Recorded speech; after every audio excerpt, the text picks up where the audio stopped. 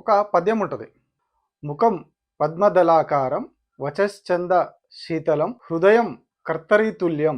ముఖం పద్మదళాకారం వచశ్చందనం శీతలం హృదయం కర్తరీతుల్యం అతి వినయం ధూర్త లక్షణం. ఇది ఆ పద్యం.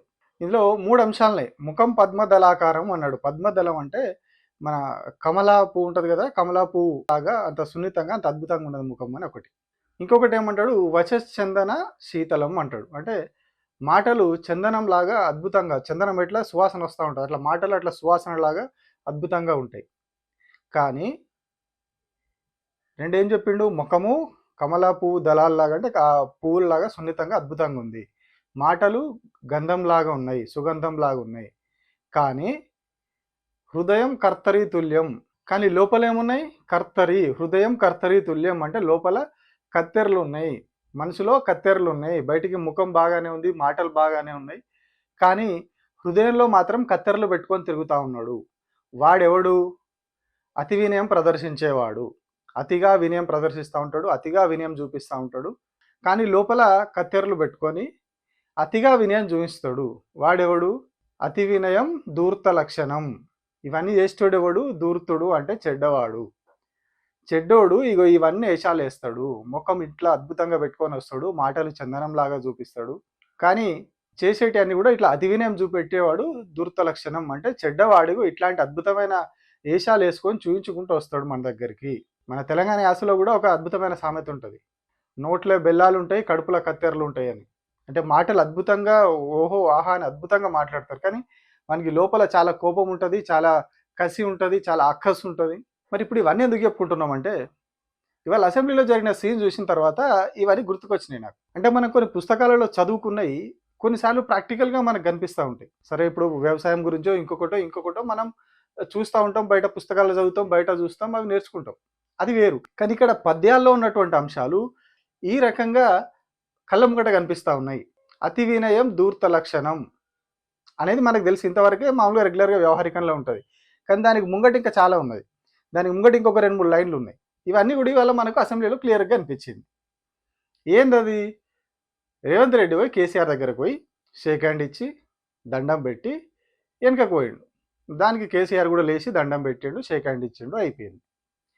మరుక్షణం నుంచి సోషల్ మీడియాలో స్టార్ట్ అయింది ఇక భజన. ఇక భజన అంటామా, దాన్ని ఇంక అంతకు మించి ఎక్కువ అంటామా, ఇక స్టార్ట్ అయిపోయింది సోషల్ మీడియాలో.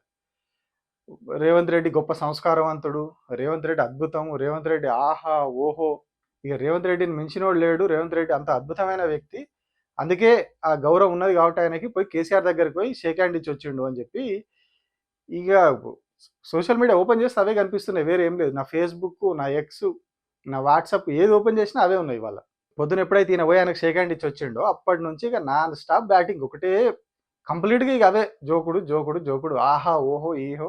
ఇక ఇక తెలుసు కదా ఎట్లా ఉంటుందో వాళ్ళ భజన. రేవంత్ రెడ్డిని ఓ లేపుతా ఉన్నారు, ఇక అరే అద్భుతమైన వ్యక్తి, గొప్ప వ్యక్తి, గొప్ప వ్యక్తి, చాలా మంచి సంస్కారం ఉన్న వ్యక్తి. అదేదో యాడ్ ఉంటుంది, సబ్బు, XXX సబ్బు, చాలా సంస్కారవంతమైన సబ్బు అని దానికి ట్యాగ్ లైన్ ఉంటుంది. XXX అనే పదం ఎక్కడ వాడతారో చాలా మందికి తెలుసు, కానీ దానికి ట్యాగ్ లైన్ ఏముంది, చాలా సంస్కారవంతమైన సూపు, చాలా సంస్కారవంతమైన XXX, చాలా సంస్కారవంతమైనది. సో ఇక్కడ కూడా అదే సంస్కారం గురించి చర్చ జరుగుతున్నది. ఇక్కడ కూడా అదే సంస్కారం, ఇవాళ అద్భుతమైన సంస్కారవంతుడు మా ముఖ్యమంత్రి అని చెప్పి ప్రచారం చేస్తున్నారు. మరి ఎంత సంస్కారవంతుడు ఆయన, నిజంగా అంత గొప్ప వ్యక్తి, నిజంగా అంత అద్భుతమైన సంస్కారవంతుడు ఆయన. గతంలో ఇదే కేసీఆర్ రేవంత్ రెడ్డి ముఖ్యమంత్రి అయిన తర్వాత కొద్ది రోజులకే ఆ ఫలితాలు వచ్చిన తర్వాత 2023 డిసెంబర్లో ఇంట్లో జారి పడితే తుంటి విరిగింది ఆయనకు. విరిగితే తీసుకొచ్చి యశోద హాస్పిటల్లో వేసారు. ఇదే ముఖ్యమంత్రి హోదాలో రేవంత్ రెడ్డి పోయి పరామర్శించి వచ్చిండు. ఒక అక్కడ దాకా అద్భుతం అనుకున్నాం అందరం, చాలా మరే మంచోడు, మంచి మనిషి, పోయిండు పరామర్శించి వచ్చిండు, పెద్ద మనిషి దగ్గరకు పోయి వచ్చిండు. పోయిన రోజులు తిట్టుకున్నా కూడా పార్టీలు బేసజాలని అదని ఇదని లేకుండా పోయిండు, పరామర్శించి వచ్చిండు, చాలా మంచి వ్యక్తి అని అనుకున్నాం. కానీ తర్వాత ఏం చేసిండు, ఆ సంఘటన మీద, ఏదైతే పరామర్శకు వచ్చిన సంఘటన మీద చాలా సభల్లో కామెంట్స్ వేసిండు.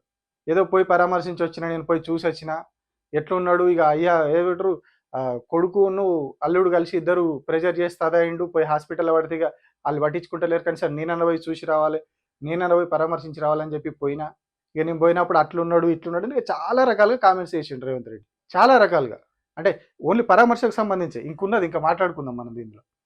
కేవలం హాస్పిటల్కు పరామర్శకు పోయిన దాని గురించే చాలా సందర్భాల్లో చాలా వెటకారంగా, వెకిలిగా చాలా సందర్భాల్లో రేవంత్ రెడ్డి మాట్లాడిండు. మీరు యూట్యూబ్‌లో కొట్టినా, గూగుల్‌లో కొట్టినా దానికి సంబంధించిన అవన్నీ కూడా దొరుకుతాయి. సోషల్ మీడియాలో కూడా దొరుకుతాయి. మనం ఎవరైనా అనారోగ్యంగా ఉంటే పోయి పరామర్శించి వస్తాం. వచ్చిన తర్వాత దాని మీద వెకిలి చేష్టలు చేయం. "ఏహే! అమ్మవాడు గిట్ల ఉంటే నేను మొత్తం తోపు తురుమని చూయించుకొని వచ్చిన నేను." అట్లే చెప్పిండు రేవంత్ రెడ్డి. ఆయన అక్కడ పండి ఉంటే నేను ఇన్ని రోజులు నన్ను అది ఇది అన్నాడు కదా! నేను పోయి ఒక తోపులాగా, తురుములాగా పోయి ఆయన ముంగటికి పోయి వచ్చిన నేను. ఆయన ముంగటి దాకా పోయి సీఎం హోదాలో పోయొచ్చిన ఆయన దగ్గరికి అని చెప్పి చెప్పుకున్నాడు. మీరొకసారి ఎతకండి. పాతయి వెతికితే మీకు దొరుకుతాయి. అప్పుడు అట్లే చెప్పుకున్నాడు. సో, ఇక దాని తర్వాత అప్పటి నుంచి ఇప్పటి వరకు గూడా కేసీఆర్‌కు తుంటి విరిగిన దాని మీద ఎన్ని సార్లు, ఎన్ని రకాలుగా మాట్లాడిండు. లాస్ట్‌కు మొన్న కొడంగల్‌లో జస్ట్ ఒక వారం రోజుల క్రితం జరిగినటువంటి కొడంగల్ సభలో గూడా రేవంత్ రెడ్డి మాట్లాడిండు. ఏమని మాట్లాడతాడు? నేను ముఖ్యమంత్రి కాంగానే దేవుడు శాపం పెట్టిండు, నడ్డిరిగింది. అంటే ఎంత ఎంత పదాలు వాడడంలో గూడా ఎంత అది. నడుమిరిగింది, నడ్డిరిగింది, ముడ్డిబొక్క ఇరిగింది. ఇవి ఆయన వాడే పదాలు. సంస్కారం అని చెప్పిర్రు గదా! ఆ సంస్కారానికి సంబంధించినటువంటి పదాలు చెప్తున్నా నేను. నడ్డిరిగింది, ముడ్డిరిగింది, ముడ్డిబొక్క ఇరిగింది. ఎల్లెలకల పడ్డాడు, బోర్ల బొక్కల పడ్డాడు. కేసీఆర్‌ని ఉద్దేశించి రేవంత్ రెడ్డి మాట్లాడినటువంటి భాష. రికార్డ్‌లో, యూట్యూబ్‌లో, సోషల్ మీడియాలో అన్నిట్లలో ఉన్నాయి పదాలన్నీ గూడా. ఇప్పుడు అవన్నీ నేను యాడ్ చేసి వీడియోలో పెట్టాలంటే ఒక 4, 5 గంటల వీడియో అవుతది ఇది. ఆ బైట్‌లన్నీ రిఫరెన్స్ కింద పెట్టాలంటే. అన్ని సార్లు ఆయన మాట్లాడిండు ఇవే. నడ్డిరిగి పడ్డాడు, ముడ్డిబొక్క ఇరిగింది, బాత్రూమ్‌లో జారి పడ్డాడు, వీళ్ళిద్దరు కలిసి ఏదో చేసిర్రు. ఇట్లా రకరకాలుగా చాలా సార్లు మాట్లాడిండు. చాలా వెకిలిగా అప్పటి నుంచి ఇప్పుడు 2023 డిసెంబర్ నుంచి 2025 డిసెంబర్ వరకి గత వారం రోజుల క్రిందటి వరకు కూడా ఇవే మాటలు మాట్లాడిండు రేవంత్ రెడ్డి. ఇక ఆయనది సంస్కారం అని చెప్పి ఈ సంస్కారవంతులు వచ్చి మనకు సోషల్ మీడియాలో పాఠాలు చెప్తున్నారు. మీ పార్టీలు కావచ్చు, మీ రాజకీయాలు కావచ్చు, ఏమని ఉండదు, తప్పులేదు. మీ రాజకీయాల్లో తిట్టుకోరి, కొట్టుకోరి, ఎవరు వేసుకోరు. కానీ ఒక వ్యక్తికి, ఒక వ్యక్తిత్వానికి, ఒక పెద్ద మనిషికి మినిమం గౌరవం ఇవ్వాలి. కొంచెం కన్నా సంస్కారం అన్నప్పుడు గౌరవం ఇవ్వాలి. గౌరవం అంటే ఏంది? కొద్దిగా పద్ధతిగా మాట్లాడాలి. గతంలో కేసీఆర్ రేవంత్ రెడ్డి ఉద్దేశించి మాట్లాడే చాలా సందర్భాల్లో కూడా గారు అన్నాడు. ముఖ్యమంత్రి గారు అని మాట్లాడాడు. కానీ ఈయనేం మాట్లాడిండు? వాడు, వీడు, నువ్వు వస్తావు, నువ్వు మల్లన్న సాగర్లో బండ కట్టుకొని దునికి సావాలి, నాగార్జున సాగర్లో దునికి సావాలి. ఇవి సంస్కారవంతమైనటువంటి మాటలు. ఇవాళ జరిగినటువంటి సంస్కారవంతమైనటువంటి కార్యక్రమానికి ఇది మన సంస్కారం, ఇది మన ముఖ్యమంత్రి గారి సంస్కారం. ఇట్లా చాలా ఉన్నాయి చెప్పుకుంటూ పోతే ఈయన మాట్లాడినటువంటి బూతులు కేసీఆర్ని ఉద్దేశించి. ఇవన్నీ కూడా చాలా ఉన్నాయి. మొన్న కొడంగల్ సభయే చాలా పెద్ద అది ఉన్నది. గుట్టలుగా అంటారుగా, గుట్టలునే మొన్న కొడంగల్ సభలో మాట్లాడినాయి. ఆ గుట్టలతోని చాలా డ్యామేజ్ జరిగింది రేవంత్ రెడ్డి. ఆ బూతుల గుట్టలతోని చాలా డ్యామేజ్ జరిగింది. చాలామంది అంటే అవన్నీ పట్టించుకోడు ఆయన, కానీ బయట చాలా పెద్ద ఎత్తున చర్చ జరుగుతుంది ప్రజల్లో కూడా. కేసీఆర్ని ఉద్దేశించి ఆయన ఎంత దారుణమైన భాష మాట్లాడిండో దాని మీద గ్రామీణ స్థాయిలో కూడా చర్చ జరుగుతుంది. ఎడన్నా పోయి నలుగురు కూర్చున్న కాడ కూర్చుంటే ఏదైనా సందర్భం వచ్చి ఈ విషయం వస్తే, అంటే రాజకీయాల గురించి వస్తే, ఏ అమ్మగాడికి అట్లా మాట్లాడతాడా, ఇదే మాట అంటారు. వాని వయసు ఎంత, ఈయన వయసు, ఇట్లనే అంటారు జనాలు. నేను స్వయంగా ఇన్న కాబట్టి చెప్తున్నా. ఆయన వయసు ఏంది, ఈయన వయసు ఏంది, ఇంత పెద్ద మనిషిని పట్టుకొని అట్లా మాట్లాడతాడా? ఇట్లాంటి చర్చ రూట్ లెవెల్ వరకు వెళ్ళింది. గ్రామీణ స్థాయి వరకు వెళ్ళిపోయి బీభత్సంగా చర్చ జరుగుతూ ఉన్నది. మరి జరుగుతూ ఉంటే ఏం చేయాలి? ఇప్పుడు మనకి డ్యామేజ్ అవుతుంది, కంప్లీట్గా డ్యామేజ్ అయిపోయింది. మనకు నోటిదూలు ఎక్కువ, అది ఎక్కువ మాట్లాడుతూనే ఉంటాం ఎప్పుడు. సో దీనివల్ల డ్యామేజ్ జరిగింది. మరి దాన్ని ఎట్లా కవరప్ చేసుకోవాలి? దాన్ని కవరప్ చేయాలి కదా. కవరప్ చేయాలంటే ఏం చేయాలి? పోయి ఇట్లాంటి కొన్ని జిమ్మిక్కులు ఏమంటారు, ట్రిక్కులు జిమ్మిక్కులు చేస్తే మన సోషల్ మీడియా ఎట్లాగున్నది, పెయిడ్ బ్యాచ్ సోషల్ మీడియా ఉంటుంది కదా, కంప్లీట్గా ఇక ఓ స్థాయిలో లేపుతారు ఇక వాళ్ళు ఎట్లాంటిగా స్క్రిప్ట్ ఒకటే ఉంటుంది, తిప్పుతూ ఉంటారు అందరు. ఎవడన్నా ఓన్గా పోస్ట్ పెడితే కొంచెం స్క్రిప్ట్లో కొంచెం అటు ఇటు మారుతుంది, వాని భావాలను వాడు వ్యక్తం చేస్తాడు స్క్రిప్ట్ రూపంలో. కానీ ఇక్కడ ఏముంటుంది? Same script. శాటిలైట్ ఛానల్ నుంచి చిన్న సోషల్ మీడియా అకౌంట్, 10 మంది ఫాలోవర్స్ లేని సోషల్ మీడియా అకౌంట్ దాకా సేమ్ స్క్రిప్ట్ ఉంటుంది. సేమ్ లైన్లు, ఫస్ట్ లైన్ ఏముంటుంది అదే ఉంటుంది, లాస్ట్ లైన్ ఏముంటుందో అదే ఉంటుంది. As it is script same ఓ నుంచి వస్తుంది. వీళ్ళు వేసిగా రుదుడు. ఇలా పొద్దు నుంచి కూడా అదే రుద్దుతా ఉన్నారు. ఎందుకు? దానివల్ల ఆ రోజు మన కేసీఆర్ పెట్టడం వల్ల డ్యామేజ్ అయింది. సో దాన్ని కవరప్ చేసుకోవడానికి ఇవాళ ఇట్లా పోయి అక్కడ పోయి షేక్ హ్యాండ్ ఇచ్చి ఇక దాన్ని తిప్పుడు.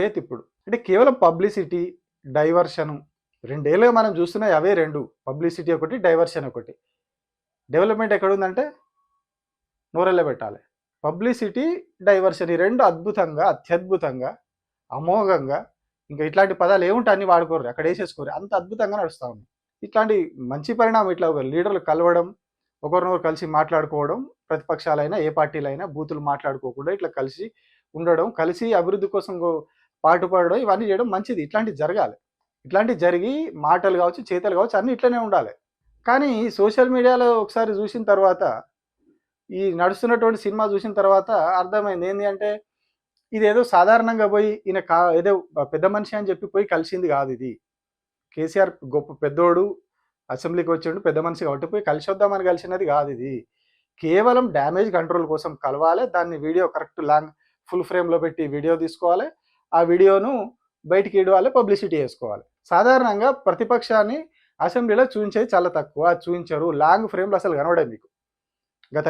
గత సెషన్‌లకు సంబంధించినటువంటి ఫుటేజ్ తీసి చూడుర్రి ఒకసారి యూట్యూబ్‌లో మీరు. ఎక్కడ కూడా బీఆర్ఎస్ పార్టీకి సంబంధించినటువంటి లాంగ్ షాట్లు ఎక్కడ కనిపియయి.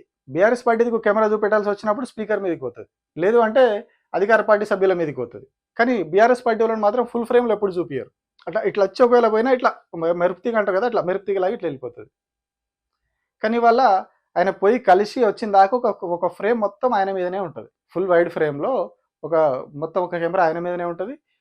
కరెక్ట్ ఆయన వచ్చి కలిసిపోయేదాకా ఆ వైడ్ యాంగిల్ ఫ్రేము ఆ ఫుటేజ్ అంతా బయటకు వస్తుంది. ఇదంతా చూసి ఇదంతా అర్థం చేసుకున్న తర్వాత ఇంత డ్రామాలు అవసరమా అనిపించింది. ఇవన్నీ చూసి అంటే పొద్దుగాల ఏదో కామన్ అని వదిలేసినాం. కానీ వీళ్ళ పోస్టులు ఇదంతా చూసిన తర్వాత మళ్ళొకసారి వీడియో చూస్తే అర్థమైంది.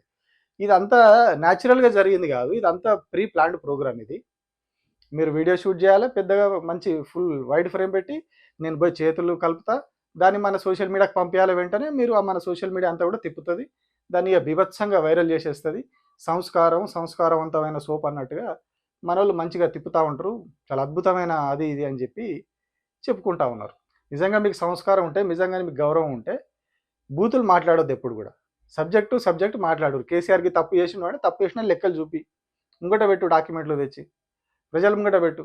తీసుకొచ్చి డాక్యుమెంట్లు ముంగట పెట్టి మాట్లాడుర్రి. అవి కాకుండా ఈ మాటలు, ఈ నడ్డిరిగింది, నిజంగా కేసీఆర్ అనారోగ్యంతో ఉన్నాడు, పెద్ద మనిషి అని నువ్వు పరామర్శిస్తే నువ్వు గత 2 ఏళ్ళుగా ఏం చేసినావు మరి? 2 ఏళ్ళుగా ఆయన అనారోగ్యం మీద ఆయన